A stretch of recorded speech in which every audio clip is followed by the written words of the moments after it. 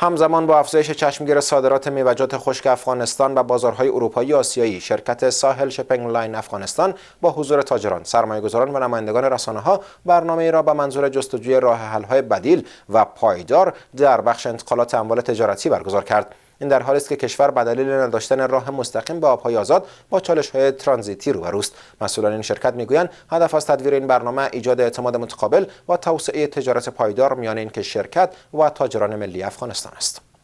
مسئولان شرکت ساحل شپینگ لاین افغانستان میگویند که تاجران ملی کشور به دلیل وابستگی به بنادر کشورهای همسایه به ویژه ایران و پاکستان هر از گاهی به سبب مشکلات سیاسی با توقف و موانع جدی در انتقال اموال تجارتیشان روبرو میشوند. به گفته آنان هدف از تدویر این برنامه ایجاد اعتماد متقابل و توسعه پایدار میان این شرکت و تاجران ملی افغانستان است. مسئولان این شرکت همچنان می‌گویند که شرکت ساحل شپینگ لاین افغانستان با در اختیار داشتن بیش از 10,000 کانتینر و 60 نمایندگی فعال در 10 کشور جهان در بخش انتقالات اموال تجارتی فعالیت داشته و می‌کوشد سهولت‌های بیشتری را برای تاجران افغان فراهم سازد.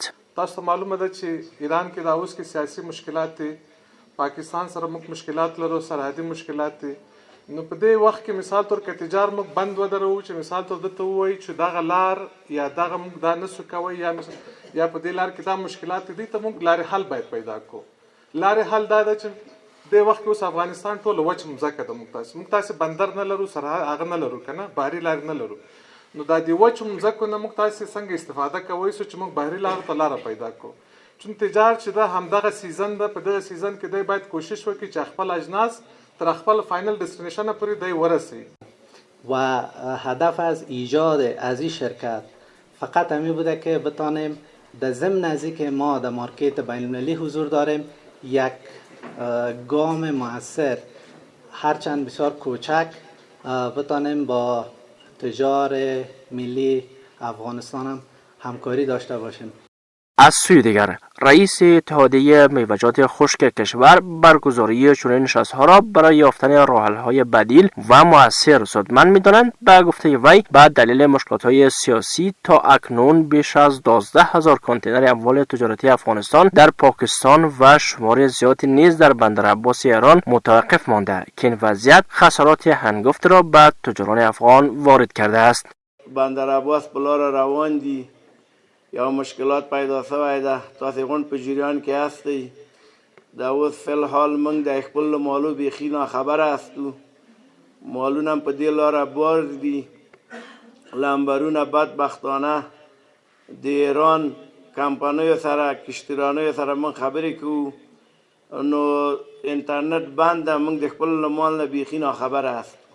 خدای پاک دې یو خیر فیصله وکړي.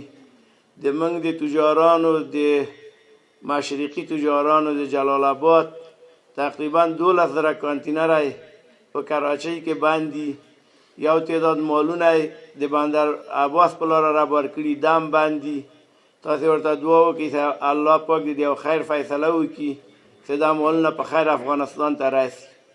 در همین حال مسئولان این شرکت راه‌های بدیل انتقال اموال تجارتی به ویژه میوه‌جات خشک افغانستان را استفاده از دهلیزهای هوایی به هند و همچنان انتقال از مسیرهای زمینی از طریق کشورهای ازبکستان و ترکیه به بازارهای اروپایی و جهانی عنوان می‌کند. مسیرهایی که به خاطر انتقالات داریم بالخصوص چون که بیشتر از میوه افغانستان به سمت هندوستان میره. هندوستان به خاطر از اینکه ما نزدیکترین راه هوایی است که از میدان هوایی کابل انتقالات داشته باشیم به طرف دهلی، چون که هزینه گزاف داره و به خاطر انتقالات هزینه ها بالا میره. مسیر دریایی که داریم دو مسیر کلا برای ما فی الحال بسته هست و مسیر سیومی که داریم میتونیم که از مسیر ترکیه استفاده کنیم. در صورت ضرورت